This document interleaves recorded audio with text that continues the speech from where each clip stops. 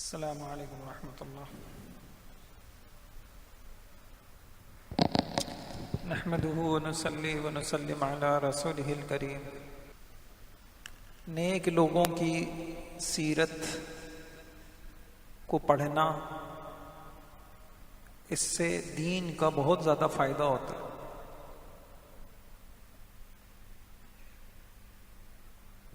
جیسے ان کی صحبت سے فائدہ ہوتا ہے، ایسے ہی ان کے حالات کو پڑھنا بھی ان کی صحبت کے قائم مقام ہے، ایک درجے کی صحبت ہے۔ اسی میں حضرت ابو ذر غفاری رضی اللہ تعالی عنہ ان کے حالات میں عرض کر رہا تھا۔ آج ان کی تعلیمی زندگی، اللہ تعالیٰ نے ان کو علم دیا، تو علم کے کیا اسباب انہوں نے اختیار کیے، اللہ تعالیٰ نے ان کو علم دیا۔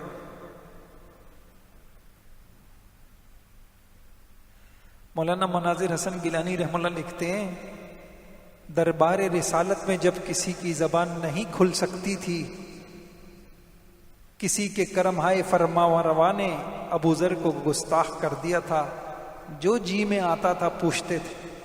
خود فرماتے ہیں، انا کنت اسأل عنہا یعنی اشد مسئلۃ، میں حضور صلی اللہ علیہ وسلم سے بہت پوچھتا تھا اور پوچھنے میں بڑا سخت تھا۔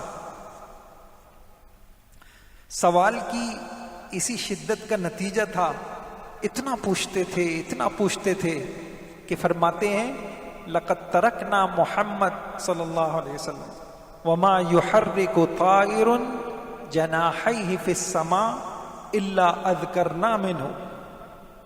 فرماتے ہیں حضور علیہ الصلوۃ والسلام ہم سے اس حال میں جدا ہوئے، اور اس حال میں حضور علیہ السلام نے ہم کو چھوڑا کہ فضا میں اڑنے والے پرندوں کے متعلق بھی ہمیں کوئی نہ کوئی علم دے دیا۔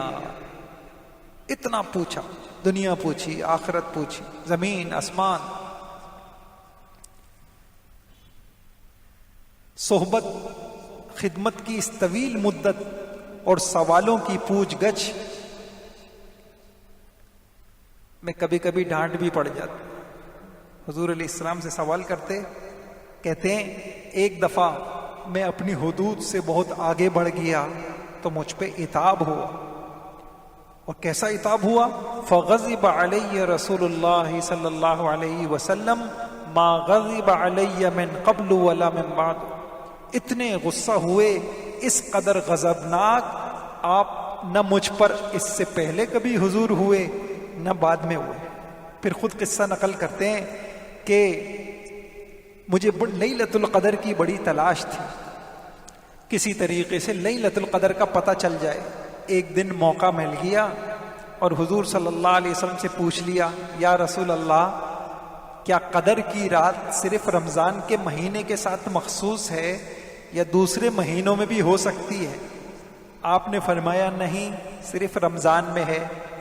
میں نے عرض کیا، کیا یہ رات صرف اس وقت تک رہے گی جب تک اللہ کے پیغمبر زندہ ہیں، ہم میں موجود ہیں، یا آپ کے چلنے جانے کے بعد بھی اس کا سلسلہ چلتا رہے گا؟ حضور صلی اللہ علیہ وسلم نے فرمایا، نہیں، نبی کے بعد بھی یہ رات باقی رہے گی اور قیامت تک باقی رہے گی۔ کہتے ہیں میں نے عرض کیا کہ آخر رمضان کے کس عشرے میں میں اس رات کو تلاش کروں؟ آپ نے فرمایا، آخری عشرے میں، اور اول عشرے میں اسے ڈھونڈوں۔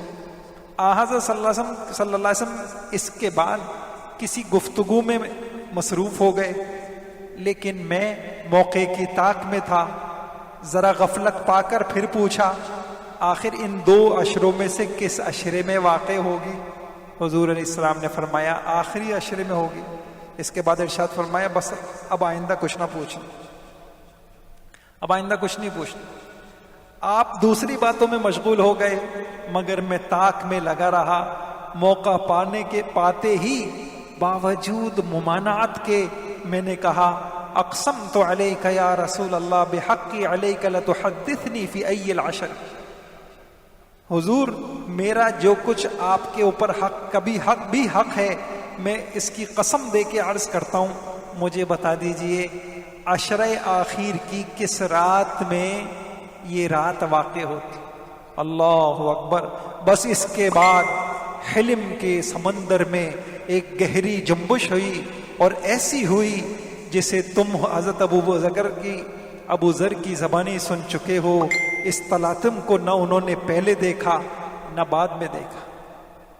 کہتے ہیں کچھ سمجھ نہیں آیا کہ دریائے رحمت کے اس غضبی جوش کا منشا کیا تھا. کیا باوجود ممانعت کے حضرت ابو ذر رضی اللہ عنہ کے پوچھنے پہ غصہ آیا؟ شاید اس بات پہ غصہ آیا کہ اب تک اپنا اتنا حصہ باقی ہے، جس کی تعبیر کہ میرا حق، کہا ابھی تک یہ میرا حق والی بات باقی ہے. شاید اس وجہ سے غصہ آیا.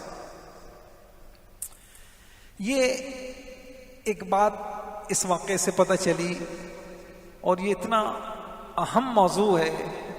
میرا ارادہ ہے کہ انشاءاللہ اس موضوع کو تفصیل سے عرض کرتا ہوں کہ دین سیکھنے میں سوال کا بہت بڑا دخل ہے، اور جس کو اللہ تعالیٰ نے یہ چیز نصیب کر دی، یہ جو سوال ہے یہ چابی ہے علم کی، اور جس خوش نصیب کو یہ چابی مل گئی اس کے لیے علم کے دروازے اللہ کھول دے، علم کے بند دروازے کھل جائیں.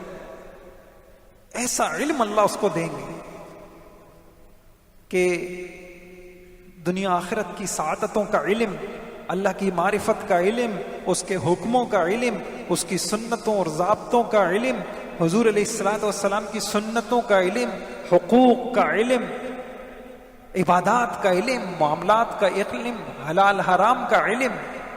لیکن چابی کیا ہے؟ دروازہ کیا ہے؟ چابی کیا ہے؟ وہ سوال ہے. قرآن میں آیا فَاسْأَلُوا أَهْلَ الذِّكْرِ إِن كُنتُمْ لَا تَعْلَمُونَ. تم نہیں جانتے تو جاننے والوں سے پوچھو. سوال کرنا یہ علم کی چابی ہے. اور جو چیز آپ کے اوپر فرض ہے، آپ نہیں جانتے، آپ کے اوپر یہ بھی فرض ہے کہ آپ پوچھیں، آپ جانیں، آپ جاننے کی کوشش کریں. جو چیز آپ کے اوپر واجب ہے، آپ کے اوپر اس کا جاننا اور جاننے کے لیے اس کا سوال کرنا، یہ آپ کے اوپر واجب ہے. اچھا، یہ سوال ہے جس سے اللہ پاک علم کے دروازے کھولتے ہیں. اور اگر نہ جاننے والا سوال نہ کرے تو پھر اس کی پکڑ بھی ہے. ابو داؤد میں اور حدیث کی دوسری کتابوں میں ایک واقعہ لکھا ہے. حضرت جابر فرماتے ہیں ہم ایک سفر میں نکلے، ہمارے ایک ساتھی کے سر پر پتھر لگ گیا اور اس کی وجہ سے اس کا سر زخمی ہو گیا. اچھا، اس کے بعد ان کو غسل کی حاجت ہو گئی، غسل ان کے اوپر فرض ہو گیا. اب انہوں نے جو دوسرے ساتھی تھے ان سے پوچھا کہ بھائی سر میں اتنا گہرا زخم ہے، نہاؤں گا مشکل ہو جائے گی، تو کیا میرے لیے گنجائش ہے کہ میں تیمم کر لوں؟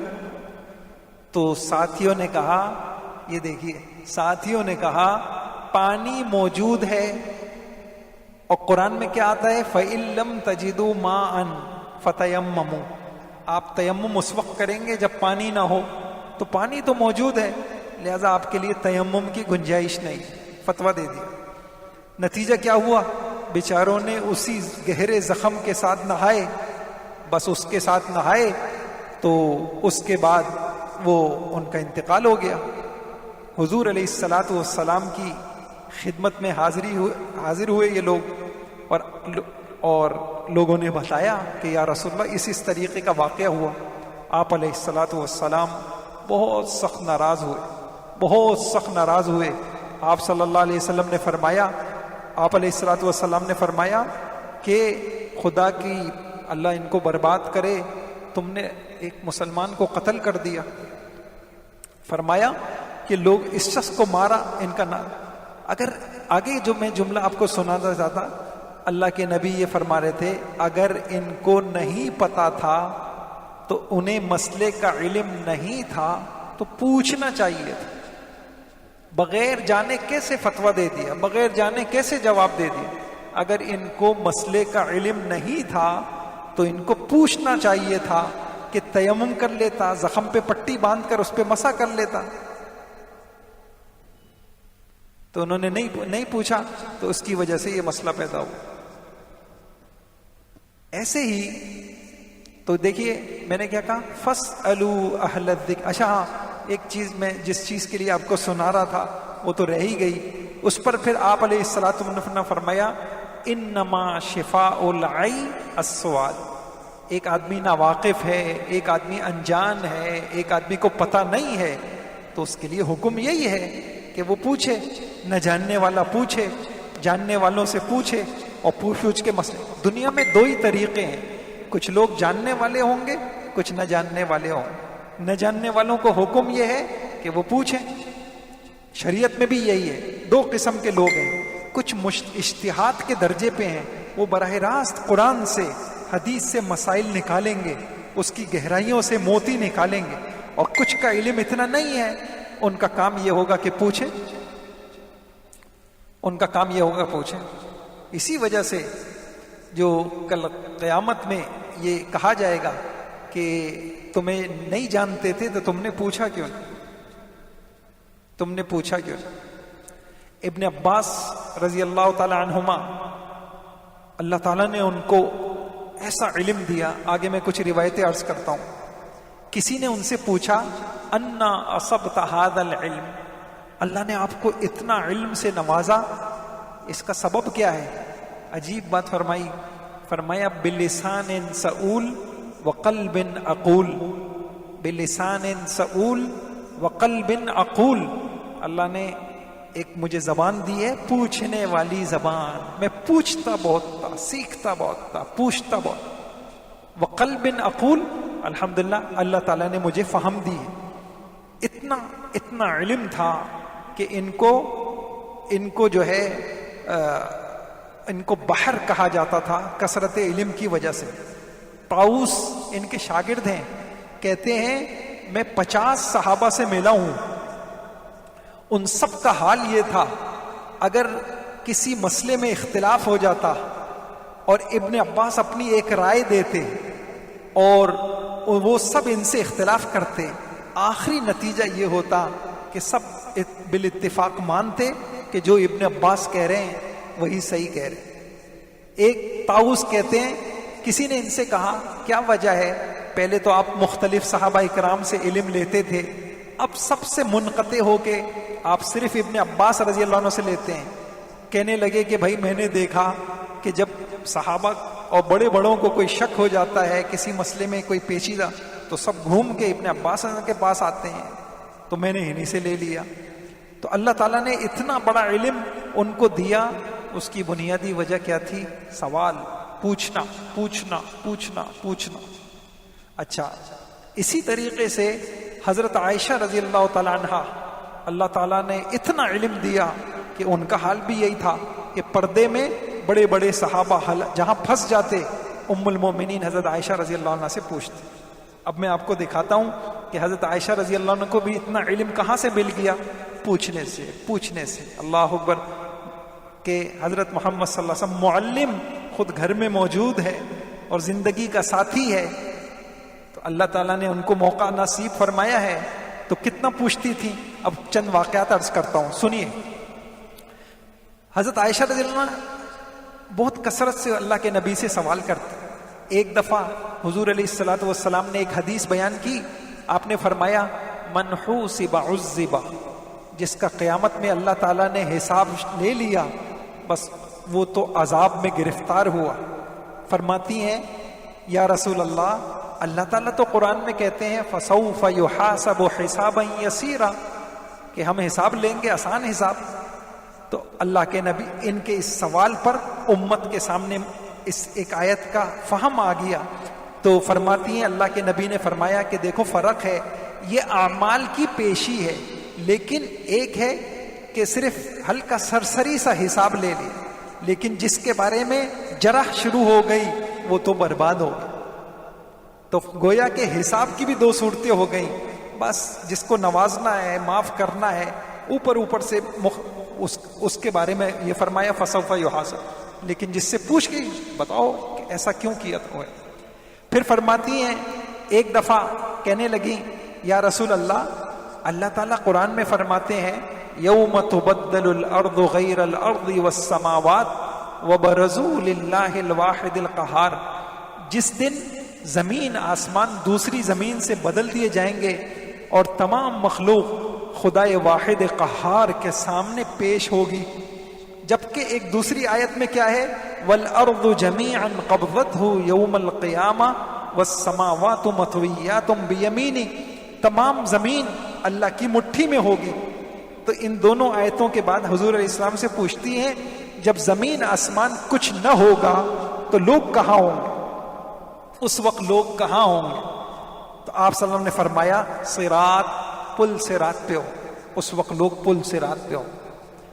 ایک مرتبہ وعظ کے درمیان آپ نے فرمایا قیامت کے دن لوگ برہنہ ہوں گے، بے لباس ہوں گے۔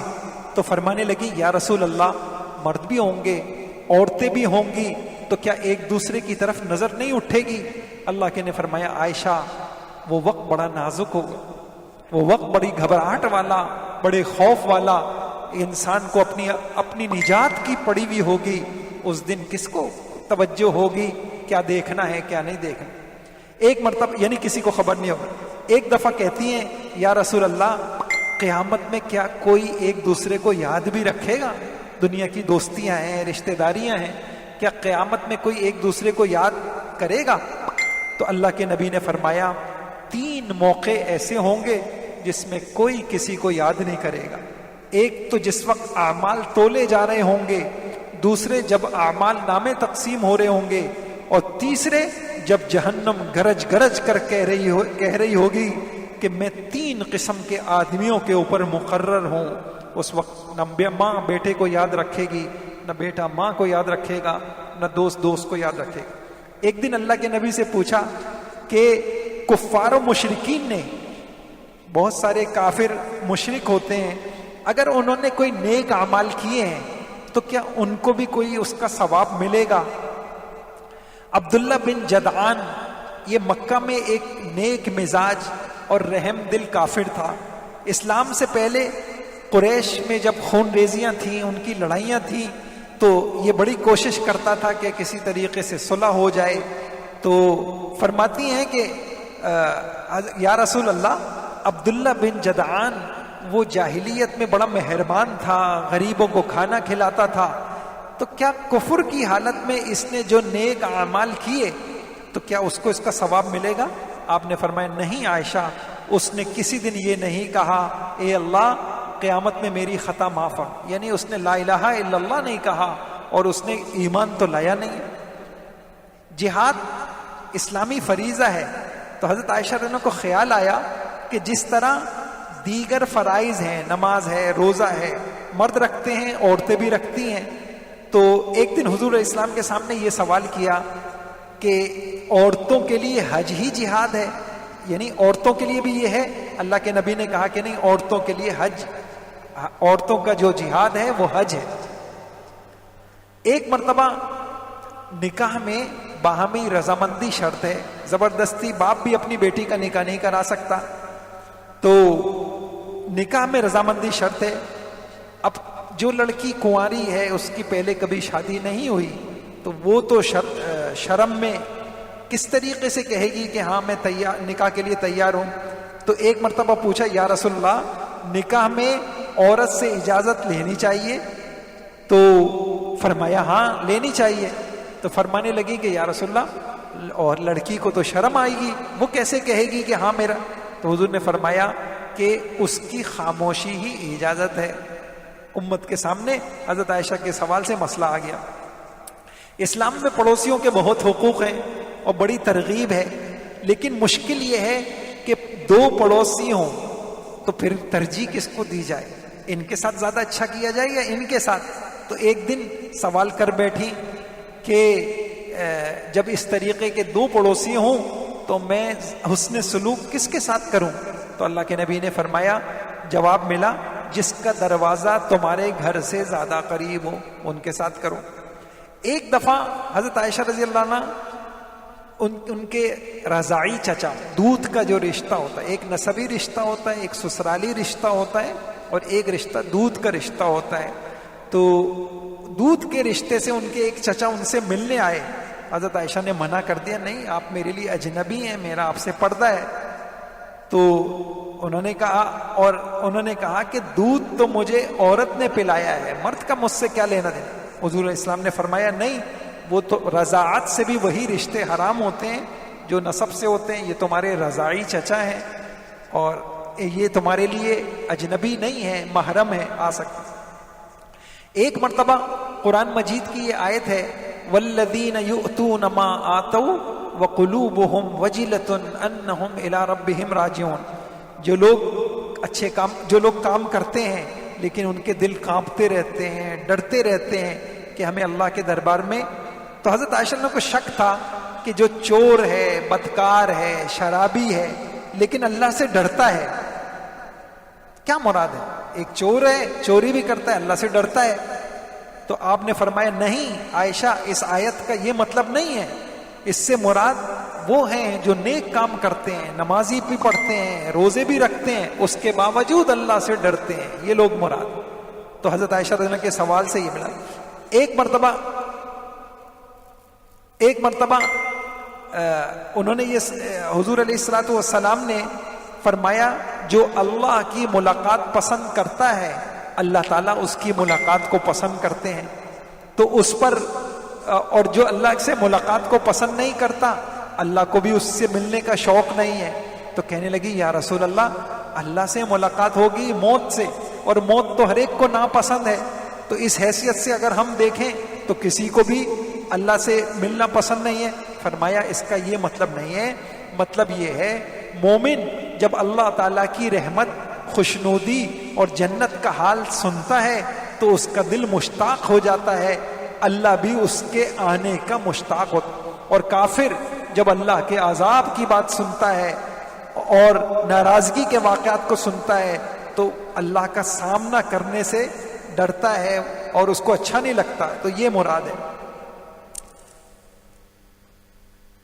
اور یہاں تک کہ بعض اوقات جہاں ایک مرتبہ آپ اپنی بیویوں سے کسی معاملے میں ناراض ہو گئے اور اللہ کے نبی نے ایلا کر لیا اور آپ 1 مہینے تک کہہ دیا کہ میں بیویوں کے پاس نہیں آؤں. اس کے بعد آپ جو آپ کے گھر میں بالا خانہ تھا، اوپر کی منزل تھی، اوپر ایک کمرہ تھا، اس میں آپ تشریف لے گئے. جب 29 دن ہو گئے آپ علیہ السلام تشریف لائے.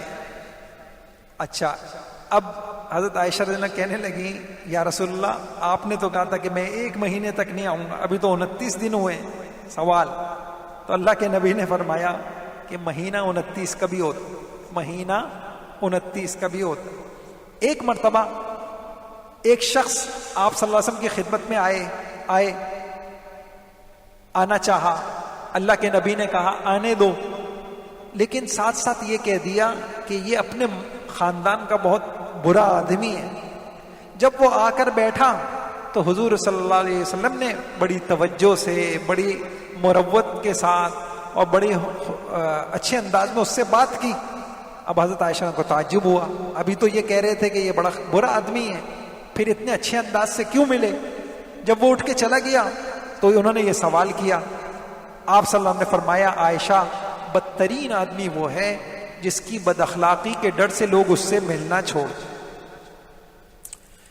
عرب کے جو گنوار قسم کے لوگ تھے، بدو، حضور ان کا مال استعمال نہیں کرتے تھے کیونکہ ان کو شریعت کا علم نہیں، حلال حرام کا علم نہیں، ان کی شرائط کا علم نہیں، تو نہیں معلوم کہ انہوں نے کیسے مال ہے. تو آپ جو ہے وہ احتراز کرتے تھے. ایک دفعہ سنبلہ نامی ایک گاؤں کی عورت آپ کے پاس تحفتاً دودھ لائی، آپ نے پی لیا، اور ابو بکر ساتھ تھے، انہوں نے بھی پی لیا. اب فوراً حضرت عائشہ رضی اللہ عنہ نے سوال کیا یا رسول اللہ آپ تو اس قسم کے لوگوں کی چیزیں نہیں کھاتے. فرمایا عائشہ یہ وہ لوگ نہیں ہیں، ان کو تو جب بلایا جاتا ہے آتے ہیں. کیا مطلب؟ یہ تو میری صحبت اٹھاتے ہیں، تو ان کو تو شریعت کا علم ہے، ان کا معاملہ وہ نہیں ہے۔ ایک دفعہ آپ صلی اللہ علیہ وسلم نے فرمایا اعتدال کے ساتھ کام کرو، لوگوں کو اپنے نزدیک کرو، خوشخبریاں سناؤ، لوگوں کا عمل ان کو جنت میں نہیں لے کے جائے گا، یہ بات آپ نے فرمائی۔ حضرت عائشہ رضی اللہ عنہا کو فوراً سوال پیدا ہوا، عجیب لگا کہ عمل کی وجہ سے ہم جنت میں نہیں جائیں گے۔ تو ان کے ذہن میں یہ سوال آیا، جو لوگ معصوم ہیں جیسے حضور صلی اللہ علیہ وسلم، تو کیا وہ اس سے مستثنا ہیں؟ تو پوچھا یا رسول اللہ آپ بھی عمل کی وجہ سے جنت میں نہیں جائیں گے؟ فرمایا کہ ہاں آپ کو بھی، تو فرمایا نہیں، لیکن یہ کہ اللہ اپنی مغفرت اور رحمت سے مجھے ڈھانک لے۔ ایک دفعہ نماز تہجد کے بعد وتر پڑے بغیر حضور صلی اللہ علیہ وسلم آپ نے سونا چاہا، سونے کا ارادہ کیا، تو کہنے لگی یا رسول اللہ آپ وتر پڑے بغیر سو رہے ہیں۔ حضور نے فرمایا عائشہ میری آنکھیں سوتی ہیں لیکن میرا دل نہیں سوتا۔ انبیاء کی نیند اور عام مسلمان انسانوں کی نیند میں فرق ہے۔ بہرحال ایک بات میں نے یہ عرض کی، میں بات یہاں سے چلی تھی کہ ابو ذر غفاری رضی اللہ تعالیٰ عنہ کو اللہ تعالیٰ نے علم سے نوازا، اس کی بنیادی وجہ ان کا سوال پوچھنا۔ ابن عباس رضی اللہ عنہ کو علم سے نوازا، اس کی بنیادی وجہ سوال۔ حضرت عائشہ رضی اللہ عنہ کو اتنا زیادہ علم مل گیا، اس کی بنیادی وجہ سوال۔ اور قرآن کا ہمیں حکم ہے فَاسْأَلُوا أَهْلَ الذِّكْرِ إِن كُنتُمْ لَا تَعْلَمُونَ، کہ اگر آپ کو نہیں پتا آپ پوچھیں۔ اچھا بلکہ ایک عجیب حدیث کی ساری کتابوں میں، اور یہ حدیث تو بہت بڑی حدیث ہے، پوری شریعت اسے ایک حدیث میں آ جاتی ہے۔ آپ نے سنا ہوگا، ایک مرتبہ اللہ کے نبی بیٹھے ہوئے تھے، آج ہی میں یہ حدیث تلاش کر رہا تھا تو یہ ایک نئی بات بالکل عجیب سامنے آئی۔ آپ علیہ الصلوۃ والسلام صحابہ سے کہنے لگے سلونی، بھائی پوچھو مجھ سے پوچھو۔ فہابوہ ان یسأل، صحابہ ہیبت کی وجہ سے نہیں پوچھے، پھر کہنے لگے بھائی پوچھو، نہیں پوچھ رہے۔ اتنے میں ایک شخص آ گئے، اور شاید آپ نے سنا ہوگا، وہ آ گئے سفید لباس، صاف ستھرے، اور حضور اسلام کے سامنے بیٹھ گئے، اور دونوں زانوں کو آپ کے ساتھ ملا کے بیٹھ گئے، اور آپ نے السلام سے سوال شروع کیے، یا رسول اللہ مل اسلام کیا ہوتا ہے؟ اللہ کے نبی نے فرمایا کہ شرک نہ کرنا، نماز قائم کرنا، زکوٰۃ دینا، روزہ رکھنا، یہ اسلام ہے۔ یہ جواب دیا، کہتے ہیں صدقتا، آپ نے ٹھیک کہا۔ اس کے بعد کہتے ہیں کہ یا رسول اللہ مل ایمان، یہ ایمان کیا ہوتا ہے؟ اللہ کے نبی نے فرمایا ایمان یہ ہے تم اللہ پہ ایمان لاؤ، فرشتوں پہ ایمان لاؤ، اس کی کتابوں پہ ایمان لاؤ، اس کے رسولوں پہ ایمان لاؤ، اچھی بری تقدیر کے اوپر ایمان لاؤ، آخرت کے دن پہ ایمان۔ وہ کہتے ہیں صدقتا۔ پھر کہتے ہیں کہ یا رسول اللہ مل احسان، یہ احسان کیا ہوتا ہے؟ اللہ کے نبی نے فرمایا احسان اس کو کہتے ہیں اس طریقے سے عمل کرو گویا تم اللہ کو دیکھ رہے ہو۔ پھر کہتے ہیں یا رسول اللہ متی الساعہ، یہ قیامت کب قائم ہوگی؟ حضور نے کہا مل مسئول عنہا بأعلم من السائل، جس سے پوچھا جا رہا ہے وہ سائل سے زیادہ نہیں جانتا، جتنا تمہارا علم اس بارے میں ہے میرا بھی اتنا ہی ہے۔ بہرحال یہ سوالات کر کے البتہ حضور نے کچھ نشانیاں بتا دیں کہ کمزور قسم کے، غریب قسم کے چرواہے بڑی بڑی بلڈنگیں بنائیں گے اور اس طریقے سے ہوگا، اور بچیاں اپنے والدین کی نافرمان ہو جائیں گی، اس طریقے سے آپ نے کچھ علامتیں بتا دی۔ اس کے بعد وہ شخص چلے گئے، حضور نے فوراً کہا بھائی ذرا ان کو بلانا، وہ کہاں گئے؟ دیکھا تو نہیں تھے۔ پھر اللہ کے نبی نے کہا ھذا جبرائیل علیہ السلام اراد ان تعلموا اذ لم تسألوا، یہ میں آپ کو سنانا چاہ رہا ہوں۔ یہ جبرائیل علیہ السلام تھے، جب انہوں نے دیکھا کہ تم مجھ سے سوال ہی نہیں کر رہے، تم مجھ سے پوچھ نہیں رہے، تو پھر جبرائیل علیہ السلام تم کو سکھانے آئے کہ اللہ کے نبی علم سے بھرے ہوئے ہیں، وحی کا علم، یہ امام الانبیاء ہیں، اللہ نے ان کو علم سے نوازا ہے، تم پوچھو گے تو تمہیں مل جائے گا. اور پوچھنے کا ایک انداز بتا دیا کہ کیسے ایک طالب علم ایک استاد سے پوچھتا ہے, کس طریقے سے ادب سے بیٹھتا ہے, کس طریقے سے سوال کرتا ہے. تو یہ جبرائیل تم لوگ مجھ سے پوچھ نہیں رہے تھے, یہ جبرائیل مجھے یہ آئے تاکہ تم کو بتا دیں علم چاہیے تو پوچھ پوچھ کے علم آتا. ابو داؤد کی ایک روایت ہے کہ اللہ کے نبی نے کہا خذوا عنی مناسککم, لوگوں مجھ سے حج کے مسائل کا علم لے لو. بھائی یہ بھی ہو سکتا تھا ممبر پہ کھڑے ہوتے مسائل بتانا شروع کر دیتے, نہیں, کیا کہا لوگوں پوچھو تاکہ میں بتاؤں. ایک بات ہے, ایک عالم نے کہیں لکھا ہے مسئلہ کہتے ہی اس کو ہیں جو پوچھنے کے بعد بتایا جائے. ایسے ایک آدمی کتنی باتیں بتا دے وہ آپ کے ذہن میں نہیں بیٹھے گا. آپ پوچھیں گے تو اللہ پاک آپ کو پھر جب بتایا جائے گا پوچھنے کے بعد وہ بات ذہن میں بیٹھے گی. اچھا, ایک تھوڑی سی بات اور عرض کر دوں کہ انسان پوچھتا کیوں نہیں ہے, کیا وجوہات ہیں انسان پوچھتا کیوں نہیں. تو الحمدللہ ہمارا دین ہمیں اس میں بھی رہبری کرتا ہے. دیکھیے, ایک وجہ شرم ہے, حیا ہے, شرم آتی ہے, اس وجہ سے انسان نہیں پوچھتا. تو انسان کو شرم نہیں کرنا چاہیے. بعض مسئلے ایسے ہوتے ہیں انسان شرم نہیں بنے. بخاری شریف کی روایت ہے, حضرت عائشہ کہتی ہیں نعم النساء نساء الانصار لم یکن یمنعہن الحیاء ان یتفقہن فی الدین. یہ انصار کی عورتیں کتنی اچھی عورتیں ہیں, شرم کی وجہ سے یہ دین کا مسئلہ سیکھنا چھوڑتی نہیں ہیں. عورتوں کے بعض مسائل ہیں, اگر وہ نہیں پوچھیں گی تو پھر کیا ہوگا, ظاہری بات ہے کہ پھر عمل نہیں کر سکیں گی. تو کہا تعریف کی, بخاری شریف کی روایت ہے, یہ انصار کی عورتیں بڑی اچھی ہیں, یہ پوچھتی ہیں. امام ابو حنیفہ رحمۃ اللہ علیہ سے کسی نے کہا بما بلغت ما بلغت, آپ علم کی چوٹیوں تک پہنچ گئے, کس چیز نے آپ کو یہاں تک پہنچا دیا.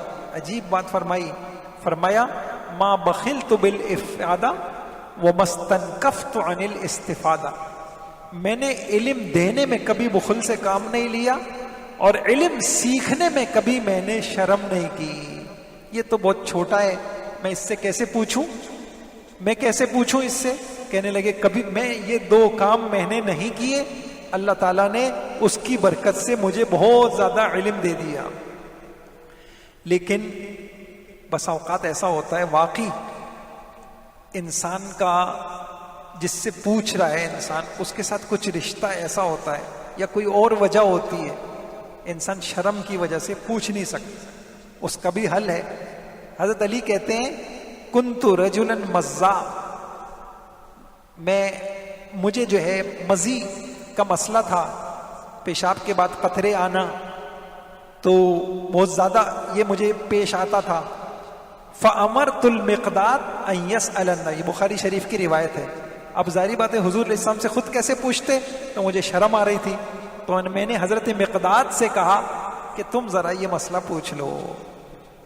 تو یہ طرح بسا اوقات انسان اگر شرم میں ہے تو وہ اس طریقے سے پوچھا جا سکتا ہے. اور ایک وجہ مسئلہ نہ پوچھنے کی شرم ہوتی. تو میں نے عرض کیا کہ یہ شرم, جو لوگ شرم کی وجہ سے دین نہیں سیکھیں گے یا اب تو کیا ہوگا, یا تو بے دین رہ جائیں گے. تو یہ کرنا پوچھے انسان, اور اگر خود شرم آ رہی ہے تو کسی کے ذریعے سے پوچھوائے. ہمارے علماء کہتے ہیں عورتوں کے مسائل ہیں تو بہترین طریقہ یہ ہے کہ اپنے محرم مردوں کے ذریعے سے وہ مسائل علماء سے پوچھیں. اپنے مردوں کے ذریعے کتنا محفوظ طریقہ ہے کہ عورتیں گھروں میں وہ اور مردوں کی ذمہ داری ہے. یعنی عجیب مسئلہ ہے, میں آپ کو کیا بتاؤں کہ بعض یہ جو طہارت کے پاکی کے عورتوں کے مسائل ہیں اور اتنی پیچیدگیاں ہیں اس میں, اس کے بغیر نہ عورتوں کی نماز صحیح, نہ روزہ صحیح, نہ زکوٰۃ صحیح, نہ عدت کے احکام, حج کے احکام, پتہ کسی کو بھی نہیں. کچھ نہیں پوچھا. حیض کیا ہے، نفاس کیا ہے، استحاضہ کیا ہے. حیض کے احکام الگ ہیں، نفاس کے الگ ہیں، استحاضہ کے الگ ہیں، سب احکام. تو اب یہ عورتوں کے لیے طریقہ کیا ہے؟ اپنے مردوں کے ذریعے سے وہ ان مسائل کو سیکھیں. دوسری وجہ، بس بات ختم کرتا ہوں، دوسری وجہ دین کا سوال نہ کرنے کی وہ ہیبت ہے، وہ روب ہے. بس اوقات کسی اللہ والے کا، کسی عالم کا ایسا روب ہوتا ہے، ہیبت ہوتی ہے، اس کی وجہ سے انسان سوال نہیں کرتا. یہ بھی ہمیں ملتا ہے. مسلم شریف میں، بخاری میں روایت ہے، ابن عباس نے کہتے ہیں مکثت سنۃ ان اسأل عمر عن آیہ فما اسألہ ہیبۃ. ایک آیت، اس سے متعلق مجھے کچھ خلجان تھا، میں 1 سال تک ہمت نہیں کر سکا حضرت عمر سے پوچھوں. پھر ایک سفر میں حضرت عمر رضی اللہ تعالیٰ عنہ کے ساتھ ہو گئے، تو سفر کے اندر انہوں نے بڑے طریقے سے پوچھا. حضرت نے کہا اور یہ پوری بات بتا دی کہ 1 سال سے میں کوشش کر رہا تھا. کہا بھائی ایسا نہ کیا کرو، پوچھ لیا کرو، مجھے آتا ہوگا تو بتا دوں گا، نہیں آتا ہوگا تو نہیں. تو بس اوقات انسان جو ہے وہ ہیبت کی وجہ سے نہیں. جیسے میں نے ابھی یہ حدیث آپ کو سنائی کہ صحابہ، حضور کہہ رہے ہیں پوچھو پوچھو، لیکن حضور کے بعض روب کی وجہ سے اس وقت کیا کیفیت ہوگی، صحابہ نہیں پوچھ پا رہے تھے. اسی طریقے سے حضرت حذیفہ رضی اللہ عنہ، بخاری شریف میں روایت ہے کہ وہ بھی یہی کہتے ہیں کہ کوئی بات تھی، کوئی مسئلہ تھا، لیکن ہم حضرت عمر کی ہیبت کی وجہ سے ان سے وہ مسئلہ پوچھ نہ سکے. اسی اور ایک روایت ہمیں حدیثوں میں یہ بھی ملتی ہے، کوئی دیہاتی آ جاتا، صحابہ کہتے ہیں ہم بڑے خوش ہوتے، کیونکہ دیہاتی مستثنا تھے. وہ آ کے حضور علیہ الصلوۃ والسلام سے سوالات کرتے تھے اور ہمیں دین کی بہت ساری باتیں معلوم ہو جاتی تھیں. ہم ہیبت کی وجہ سے جو چیزیں نہیں بھی پوچھ پا رہے ہوتے تھے وہ دیہاتی پوچھ لیا کرتے. تو دوسری وجہ علم کا سوال نہ کرنے کی وجہ وہ انسان کا کسی سے روب ہے. اس کا بھی حل ہے، اگر آپ بہت زیادہ روب میں ہیں تو کسی دوسرے وقت میں پوچھ لیں، اگر تیسرے وقت میں بھی نہیں پوچھ سکتے تو کسی کے ذریعے سے پوچھ لیں. یہ 2 وجہ ہو. ایک تیسری وجہ تکبر ہے. انسان کے اندر گھمنڈ ہوتا ہے، مجھے سب آتا ہے، مجھے سب پتا ہے، میں کیوں پوچھوں، مجھے سب آتا ہے. اگر میں پوچھوں گا تو لوگ مجھے کم سمجھیں گے اور لوگ مجھے کہیں گے اس کو اتنی سی بات بھی نہیں پتا، اس کو اتنی سی بات بھی نہیں پتا. ایسا شخص بھی علم سے محروم ہو جاتا ہے. اسی طریقے سے یہی وجہ ہے، حضرت مجاہد وہ کہتے ہیں، بخاری شریف میں ہے، لا يتعلم العلم مستحی ولا مستکبر. 2 قسم کے لوگوں کو علم نہیں ملتا، ایک شرمانے والے کو، ایک تکبر کرنے والا. یہ لوگ علم سے محروم ہو جاتے ہیں، ایک شرمانے والا اور ایک تکبر کرنے والا. تو ایک بات یہ بھی پتہ چلی کہ سوال کرنے میں تکبر مانے نہیں بننا چاہیے. ایک وجہ اور ہے، وہ کیا ہے؟ انسان، اچھا چلیں یہ بہت تفصیلی ہے، یہ اتنا اہم چیز ہے جو میں آپ کے سامنے عرض کر رہا ہوں. میں سالوں سے سوچ رہا تھا کہ میں اس کے اوپر لکھوں، اور عام چیزیں اس کے اوپر اتنا مواد ملتا بھی نہیں ہے، اور یہ بہت ضروری ہے کہ اگر یہ چابی کسی کو مل گئی تو وہ دین جس دین کی رہبری سے انسان کی دنیا بنتی ہے، قبر اچھی ہوتی ہے، آخرت سنورتی ہے، انسان کو اس دین کا علم مل جائے گا.